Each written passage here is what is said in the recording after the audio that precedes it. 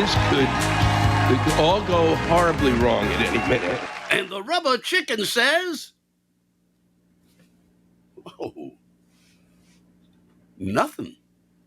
Yeah, the rubber chicken has nothing to say because the rubber chicken has taken his leave this week, taking a little time off for himself. Maybe visiting the rubber chicken spa or wherever rubber chickens gather, or wherever rubber chickens go to vacate. But he's out of here. And so no cock-a-doodle-doo today. Just me here, this being the Lewisplex Rantcast 92, taking a break. As you can tell over the past few episodes, I've been kind of moving toward a break or a breakdown. I'm not breaking down, but I am taking a break, a needed one, and I think that one you need. And so what you will be hearing is a surprise. It'll be a surprise to me. It'll be a surprise to you. It could be some of the old, an older Rantcast, and we'll bring it back. Kind of a repeat, like they used to do in the summers. They would actually take the shows they had on during the year and show them again. And so you could think of this as a summer repeat. Also, it may be a collection of the newer rants that we've gotten over the past couple of months. And be sure, folks, to send in those rants. Continue to do that, because I will continue to stockpile them and continue to get as many recorded as I possibly can. So I know that some of you have felt that you've sent in a ton, and how come I haven't read them? And it's just a matter of there being a ton and sifting through them. So I hope that you will get them out to us, and that you remember, if you do like it, if you like the Rantcast on YouTube, hit subscribe. It'll be a big help. It tells YouTube that folks are interested in it, and they won't start screwing with it once they sell it to whoever they sell it to. I'm sure that YouTube will be sold eventually to, so whoever it is, Elon Musk, maybe. It could be it. That's why he wanted out of Twitter. He wanted YouTube. Why? Because I'm on it. He wanted to own me, that son of a bitch. But I'm not going to have it. So please hit subscribe. And I think that's really all I got, because I got to get going. Where? I'll tell you about it when I get back. I want to leave you. Say, ooh, it creates an air of mystery, so you can sit there. And if you are sitting around wondering what I did with this time that I've taken off, get to a psychiatrist. Get your focus somewhere else, because I don't even know where I'm going to be. Well, I do know, and it's a secret. So don't think about it. Think about what's in front of you, what's ahead, and how joyous it's going to be when we actually deal with climate change. That's going to be fun, and that'll be down the road. I'll see you there. It'll be in a week or so. A week, we'll be back with Rantcast 93, entitled "I'm Back." Won't be the name of it. I'll have a really great title by then, because I'll be refreshed, and I hope you refresh yourselves. As it's hard for me to not feel like I should give you more of my time, because I need to keep talking. Why? Because it's the one time I know that I'm actually alive. When I stop talking, you go, oh, fuck, I think I died. But that's really a private moment, and I leave you with that very special secret. Yep, and this was all done this morning here, and I wasn't on drugs. Nope. Little hungover. A little too much wine. So thanks for watching. And I mean that. Enjoy it. The rants that come in really mean the world to me, and I hope they make a difference for you. We all have something to bitch about, and it's important, because it helps get that shit off your chest. So get them in and continue to do whatever it takes for you to get through these troubled times. And thank you for helping me get through. Today's episode is sponsored by PayPal Honey. something that can help us all when it comes time to check out from our online purchases. Honey makes manually searching for coupon codes a thing of the past because it's a free shopping tool that searches the internet for promo codes that can be applied to your cart before you check out. They work with over 30,000 stores online in all different kinds of things. Things for your home, clothes, tech products, and now even food delivery. You use it in the easiest way possible. Shop on your favorite sites like you'd usually do, and when it comes time to check out, the Honey button drops down and you click Apply Coupons. Honey does a quick search for the coupons, and if it finds one, it applies it to your order and you are done. Prices drop and you save money. Honey is now also available on your iPhone. Just enable it on your Safari browser and you can save on the go.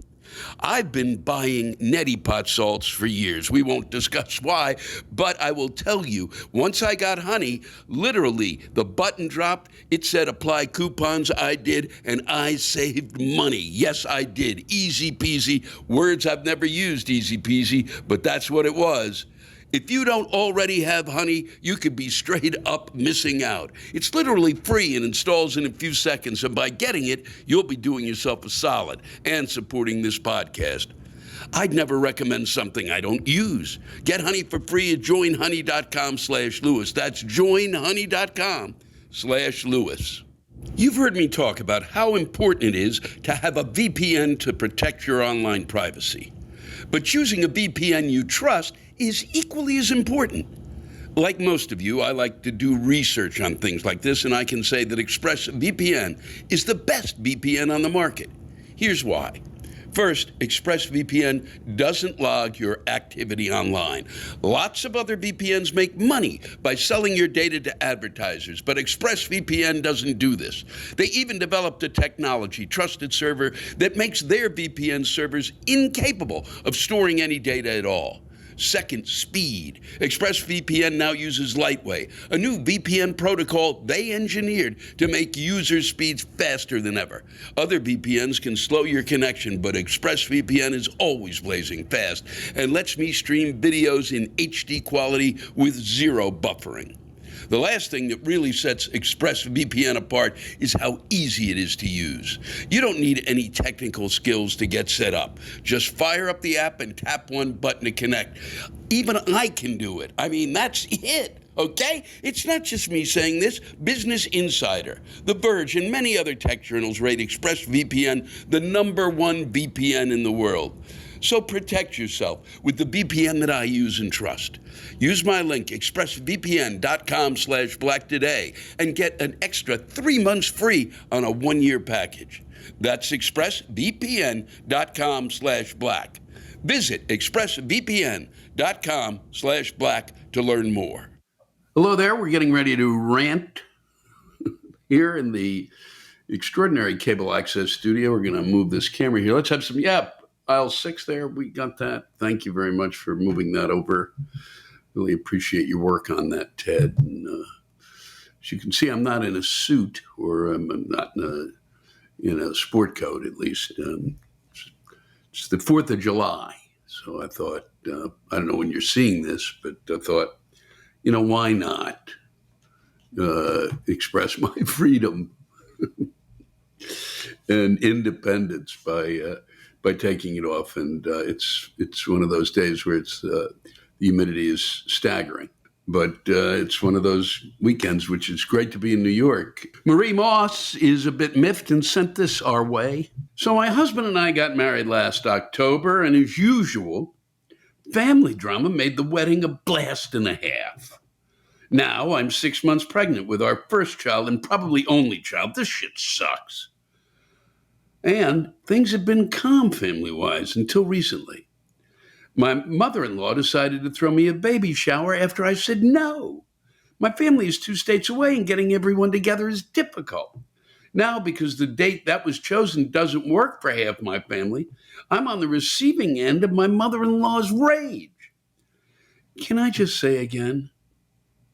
I am 6 months pregnant. I am not in the mood to be fucking messed with at this time. I'm sober. I'm eating healthy thanks to gestational diabetes, and I'm constantly exhausted from limiting caffeine. It is taking every ounce of self-control not to say, fuck you, fuck off, and eat glass to both of our families. Any advice for dealing with an overbearing mother-in-law just not giving 3 fucks anymore?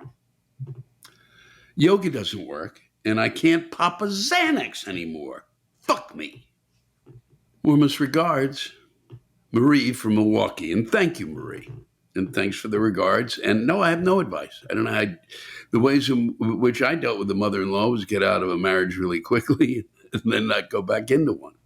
It is my belief, Marie, however, that you should be able to pick your in-laws. If you don't like your in-laws, if they're a pain in the ass, pick the in-laws along the way, or just a couple that you really like that have children your age, and you pick those folks who you think you'll be simpatico with, and that's the way I look at it. I had a relationship with a woman, and we were close to the possibility. There was a moment or two, the marriage seemed to be possible. It didn't come. It really was. It burnt out quickly, and it wasn't going to work. And lucky break, but I really loved her parents and really her father, and so I basically accepted them as and referred to them as my in-laws. That's what you can do. Pick new ones. It's like a draft. The NBA draft, the NFL draft, the in-law draft. Here's a bit of something. She is not sure what it is here, but this is from Alita Morgan. And thank you for sending it in, Alita. I don't know if I have a real rant. I just want to say that I realized that you don't dwell on differences in Americans much, which is good because I find as a group, my fellow Americans tend to be full of hypocrisy. The bottom line for the collective is money and a lack of empathy for each other. We can buy something that sends a few cents to the Ukraine and feel good about ourselves in our $300,000 homes, while we vote for senators that we hope will keep homeless people out of our sight. I'm ashamed that I live in a country where everyone seems to have a beef with each other, but all of us are a bunch of angry, selfish, bickering, entitled, whiny assholes. Too bad the American dream doesn't include having a modicum of respect for ourselves by showing an ounce of respect for one another. That may not be a rant, Alita, but it is in part. It's really quite cogent. A word I don't think I've ever used, and I think I've used it in the right context. Sometimes I'm not sure. Since the pandemic, words will pop out of my mouth, and they were a part of the dictionary in my head, and I'll just throw them out there. But this is really, you nail it. Too bad the American dream doesn't include having a modicum of respect for ourselves by showing an ounce of respect for one another. We really should. But it's tough because we're in different realities and we're trying to hold on to it. And this is not something that one would think, when I took LSD and some of the other drugs in that time period, that I might have figured this, thought of this as a paranoid vision that we would end up at some point where we were living in two realities. One knows that those drugs showed that there were alternative realities. Well, we've certainly managed to nestle into two of them, didn't we? Mm-hmm. Nary a drug in sight, maybe fentanyl. Mark Moeller, I'm hoping that's correct, Mark. I'm going with it. Apologize if it's not. Has a lot to say, so give a listen. I'm a 29-year-old man who works in healthcare security. I've had someone try to strangle me to death. I've had someone try to stab me in the gut with scissors, but my body armor blocked it. And I've had someone try to throw me into traffic while I was trying to stop her from running into an oncoming semi-truck. And that's not even taking into account the amount of violent drunks, drug addicts, dementia patients, etc. I've had to contend with. Healthcare security, Mark. I never thought of that that gig, nor would I have taken it. That being said, Lewis, I would not trade my job for the position of being a teacher in this never-ending Jerry Springer episode of fucking country. Teachers in the United States are underpaid, underfunded, underappreciated, and many of the reasons they get scrutinized and hated on are so obtuse and banal, they constantly make me wish for a giant fucking meteor to come down and strike this planet. For reference, both of my parents are educators. Two of my siblings are teachers, and another one is a teacher's aide. And the reality of the fact that their jobs can be just as dangerous, if not more so, is not fucking lost on me. Teachers get the thankless fucking job of having to deal with, at best, 30 to 40 little fucking crotch goblins per classroom, 8 fucking hours a day, 5 days a goddamn week. In some schools, it's even worse. You have to wonder how many times in a week a teacher thinks, Jesus Christ on a cracker, kid, if your mother gave good fucking blowjobs, you wouldn't even be here. Anytime one of their fucking crumb snatchers starts acting a fool on purpose. In addition to dealing with snotty fucking students, awful fucking parents, overly stringent superintendents, district administrators so fucking stupid you could use their smooth brains as skipping stones, they now have to deal with stress thinking of the prospect that they and their students could be fucking murdered. And when teachers decide that enough is enough and resign from their career, our wonderful, wise society has the fucking temerity to accuse them of being lazy or clueless on how to do their jobs. Sorry, you shitty pieces of shit. But school is not meant to serve as a daycare you dump your little mistake off for 8 hours, okay? Be a parent and teach your kids some fucking manners. These same fucking reprobates are the type of room temperature IQ, trumper-dumper dipshits who constantly shriek about the evil, tyrannical government coming in to suppress their freedoms and take away their guns.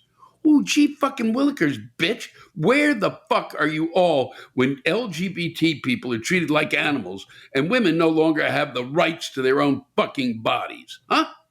Oh, wait, that's right. You're standing in solidarity with the tyrannical government you cry about, patting them on the back, sucking the turgid fucking dicks of scumbag politicians like Ted Cruz, who had the fucking audacity to speak at an NRA convention after 19 students and 2 teachers were murdered. Fuck you, Ted Cruz. You showed how much of a chicken shit you were when you tried to flee to Cancun when millions of your fellow Texans were without power and water during a winter storm. And you show your fucking cowardice now, huh? Shave that stupid fucking beard off and grow a spine, you scrotum-faced rat. This is me using my freedoms to tell you how much of a scumfuck you are. What happened in Uvalde and the idiotic discourse that followed makes me embarrassed to be an American. This has happened far too much, and our fucking country has the collective memory of a goldfish. Thank you, Lewis, for speaking out about shit like this. Thank you for being yourself and for being the collective fury-filled voice for all of us who are pissed off. I try, but you've done a hell of a nice job here, Mark. Be good to teachers. Oh, yeah. Fuck Tucker Carlson, too. Wipe that stupid look off your face, you beady-eyed bastard. We all know you want to fuck Rupert Murdoch. Your tie looks fucking stupid. I applaud you, Mark. You got it off your chest, and I feel better, too. And I hope the audience does. Thanks. And good on your parents being in that hole, being teachers. It's who'd have thought that would be the brutal job at this point, huh? Shouldn't be. This is from Thomas Redacted Name. I like that. Well done, Thomas. He's angry, and here he goes. It's tough to know where to start something like this, so I'll just go with fuck every single veteran who schemes the system for free money after they conclude their military service. I mean, seriously, fuck every one of them. And fuck all their claimed ailments that only exist on paper. And why do I feel so strongly about this one topic? Because I'm a vet who has real shit going on and will for the rest of my life. But because of the proliferation of these charlatan hustlers I'm looked at with skeptical eyes on the best of days and outright disbelief on the worst. I went into the Army in the mid 90s. I deployed to Bosnia, Kosovo, Egypt, Afghanistan, and Iraq. One of those was a peaceful deployment, the other four, not so much. You want to know what some of the shit was like? It's easy. Imagine Saving Private Ryan, but directed by David Lynch. Luckily, I made it through my service with my body mostly intact. I mean, sure, I've got a little bit of lower back trouble and knees that sound like Rice Krispies. Played through the Foo Fighters PA system, but I knew the score when I enlisted. I signed up for that. What I didn't comprehend at the age of 18 was the sheer magnitude of what PTSD could be and how much it could affect a person's life. I've been fighting for 15 years now to get the full benefits and after service care I think any sane and rational person would agree is probably owed to me. But because of so many practitioners of douchebaggery trying to get their free taxpayer money they have no right to claim, I have to jump through flaming hoops like Evel Knievel going over Snake River Canyon blindfolded while juggling 4 rabid badgers. Seriously, fuck those pieces of shit and how they've ruined the process for those of us who actually have legitimate claims. Fuck them for turning "I have PTSD" into a statement that most of the time results in a dismissive eye roll and a condescendingly sarcastic, "Of course you do," like a 7-year-old announcing he has an imaginary neon yellow rhinoceros. And most of all, fuck them for taking up financial resources from every single taxpayer so they can have the newest iPhone or take a vacation instead of that money going to silly things like giving teachers 13 cents more an hour to pour knowledge into our kids' heads, or maybe, just maybe, fix a few potholes in some roads. I know it's not an especially humorous rant, but I needed to say it somewhere. And to every other vet out there who isn't abusing the system like a selfish, bow-legged swamp donkey, I thank you for your service and the personal sacrifices you've made. And I thank you, Thomas, for once again reiterating how our system is just completely fucked. I mean, it's unbelievable. I can't believe they make people go through hoops like this. And it just makes me wonder how many people are claiming they have PTSD, so, and don't, so that you're getting fucked royally. Oh boy. Oh boy, oh boy. No, it's not humorous, but needed to be said, Thomas. There's the sound of a siren. I don't know if you can hear it in the background. That not humorous is an understatement, by the way. And we go from one who served the nation to talking about another who served our nation. This is from Liz Snyder. And thank you, Liz, for this story and your rant. Before I begin, I feel it is necessary to state I am a proud American and come from a family of true patriots. My father served in Vietnam and later served as a drill instructor at Fort Bliss, Texas. And the D.C. chapter of the Daughters of, I guess, the American Revolution is named after my 6 times great-grandmother. So without needing to reference anyone else, I think you all can clearly tell I've got patriotism coming out my ass.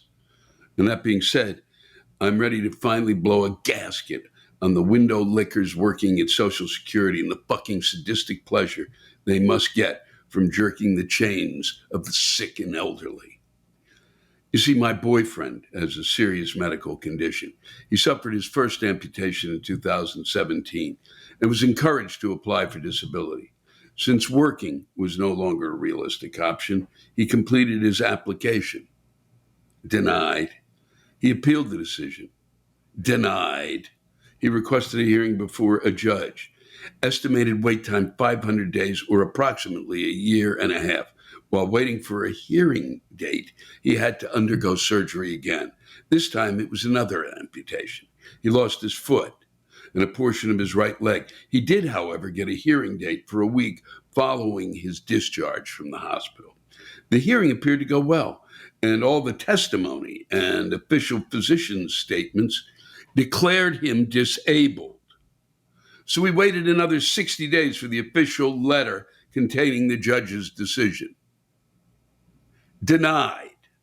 This time, we got to see in writing how it all works. The judge decided not to accept the findings of Social Security's own experts, nor the determination of their own chosen doctor. She claimed my boyfriend could walk with a cane, and his condition is well controlled with medication. Newsflash, you crusty cunt muffin, the man with one leg cannot walk with a cane. And if his condition was well controlled with medication, then he has sure chosen some fucked up elective surgery. Don't you know it's the latest rage in weight loss? Just swing by your local hospital and get rid of a few pesky pounds by asking to be a double amputee at the age of 41. I want to scream, and I want to call these people what they are right to their faces, monsters. But we don't get to do that. All we can do is request a review of the judge's decision by the appeals council, which we have done. And now we wait the estimated 18 to 24 months for that answer. If you have done the math, you will know we are now at 5 years and 2 amputations into this fight. I understand there are awful people in this country that falsely apply for and receive disability benefits. I have even met a few. But there are honest people who are suffering for years trying to get someone to help. And before anyone questions our motivation, thinking my boyfriend or anyone else is just looking for a handout monthly check from Uncle Sam, you can shove that self-righteous attitude straight up your holier-than-thou tight ass and wait for the diamond to pop out. We aren't fighting for a monthly check. We're fighting for basic health care and medication. We live in the taint of America known as Florida, where then Governor, now Senator Rick Scott, refused federal aid money to expand Medicaid. Because of age, my boyfriend doesn't qualify for Florida Medicaid without being declared disabled by Social Security. The medication he should be taking costs over $1,000 a month, and a prosthetic leg to give him the chance of walking again can cost $10,000 or more. Maybe in 18 or 24 months, we will get lucky and he will be approved. Or maybe he won't make it long enough to hear that good news. As I said when I began, I'm a proud American, but the rest of these fucks are making this country a little less to be proud of. We all need to start remembering that people should come before politics and to check our personal options at the door before opening our mouths or passing judgment on anyone or anything. I don't know exactly how we got here, but it's about time we start making our way back home. Truly is, Liz. Truly is. Time to make our way back home. Fuck. Whew. Somebody had only left the breadcrumbs out. But there's a whole group of people eating those breadcrumbs and we can't get through the forest. Those two back-to-back is really a telling tale about how the system how you could a guy walks in with an amputation and you're making this judgment. Fuck you. Fuck you. Fuck you. Thank you, Liz. Thank you, boyfriend. And I'm sorry you have to go through this. This episode is brought to you by Chime. Nobody likes to wait on a paycheck, especially when you have bills to pay. It's a good thing that Chime exists. Because with Chime, you can get your paycheck up to 2 days early by using its checking account with direct deposit. Additionally, Chime is more than just getting paid early. It's also an award-winning mobile app, checking account, debit card, and optional savings account, all designed to help you be better in the control of your finances, the building of your credit, and fighting late fees that nobody likes. So what are you waiting for? Hopefully not your paycheck. Get started with Chime today. Applying for a free account takes less than 2 minutes. Get started at chime.com/Lewis. That's chime.com/Lewis. Banking services and debit cards provided by the bank or Stride Bank North America, members FDIC. Early access to direct deposit funds depends on payer. Toby M. has sent this rant to us, and well worth sharing. My job is at a front desk in a well-known brand of hotels, and I would like to know when people became such fucking assholes who've forgotten how to take fucking responsibility for themselves and have turned into fucking children throwing temper tantrums. The things these assholes complain about can be fucking ridiculous. I hear complaints about the design of the room. Guess what, you asshole? I didn't design it. And you're complaining to me is not going to fucking change it anytime soon. These fucking people will complain about their rate. Guess what? I didn't book your room. You did. And that is the rate you chose. If it's too high for you, then you shouldn't have picked that rate. Oh, and for you fucking idiots who complain about the free breakfast you get at our property that charges between $115 and $200 a night, try going to a full service one that charges you about $100 to $200 more and where you have to pay for your breakfast, which may run about $18 or more. I also get to hear about how we charge too much for parking or that no one told them that there is a parking fee. Guess what? You can find that information on our website as well as anything else about the hotel. It's not my job to make sure you know about the property that you chose to stay at. And if you don't like our parking charges, try staying at a full-service city property that will charge you 2 to 3 times more, you cheap asshole. And another thing, just because this isn't your home doesn't mean you can trash the rooms. It takes time to clean the room for the next guest who's in the room. Which brings me to early check-ins and late checkouts. We have them for a reason. It gives guests time to have breakfast and pack, as well as housekeeping time to turn the room over. Do not get upset if we cannot accommodate your request. Many things factor into our ability to grant your request. And by the way, a request is just a request. It's not a fucking guarantee. We will do our best, but can't always do it. And don't fucking tell me you always get your request. I'm not an idiot. I know this business, and it's impossible to always get what you request. And I don't give a damn if you're a gold, diamond, or platinum loyalty member. There's a fucking lot of you. Many who got there on the company's dime. And let's remember, you are not the only fucking guest at the hotel. So be fucking respectful and keep the fucking noise down when in the hallways. Some people are sleeping, regardless of the time of day. And yes, they pay a lot of money to stay here too. And finally, I'm not your fucking servant. Many times at the desk by myself, with no one else available to bring you whatever thing you are asking for. Get off your fucking ass and come down to the desk and get it. I don't want to hear your frustrated sighs on the other end of the phone because I have shitloads of fucking sighs myself dealing with you selfish, self-centered assholes. Dealing with the public. It's a bitch, Toby. It's a bitch. Thanks for sharing. Here's a rant from Nathan Wood on an institution that we haven't heard ranted about in a while. Hey, Lewis, devout Christian here, writing to say church in America is absolutely terrible, more or less everywhere. I can't stand it anymore. I live in a town with probably 24 congregations of various denominations and sizes. I've attended all of them and have yet to find one where I didn't have to suppress the urge to jump the pews and strangle the pastor. It's always the same thing. You're greeted by someone at the door who volunteered to awkwardly stand in your way and hand you a bulletin. You want to refuse because the bulletin is online and you're just going to throw it out when you get home. But you take it anyways because you perceive it makes this person feel useful. Once in the auditorium, you squeeze past a family or two who are invariably sitting at the edge of the row instead of in the middle.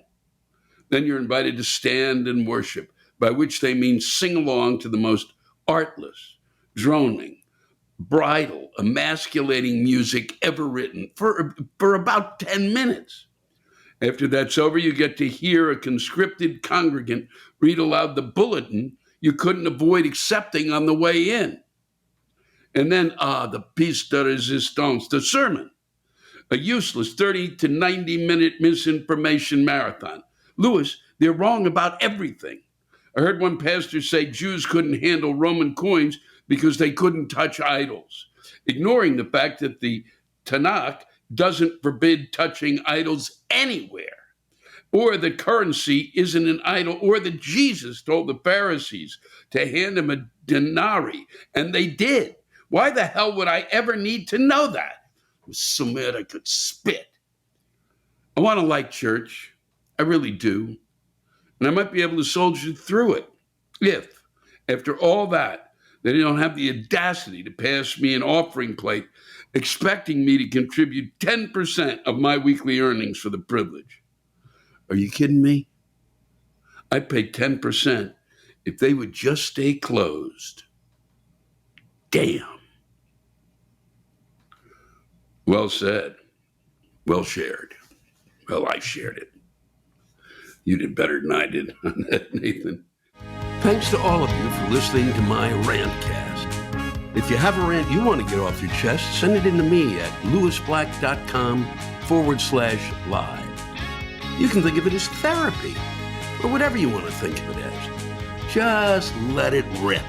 And I want to thank the true stars of our show, the ranters, and the splendid rants they gave us. Lewis Black's Rantcast was created and hosted by me. Lewis Black. It is produced by James Salkine. Our theme song by Chris Lane. Executive producer, Ben Brewer. Executive producers, Matt Kleinschmidt and Robert Kelly for the Laugh Button Podcast. And most of all, thank you, all of you who ranted so well on this show.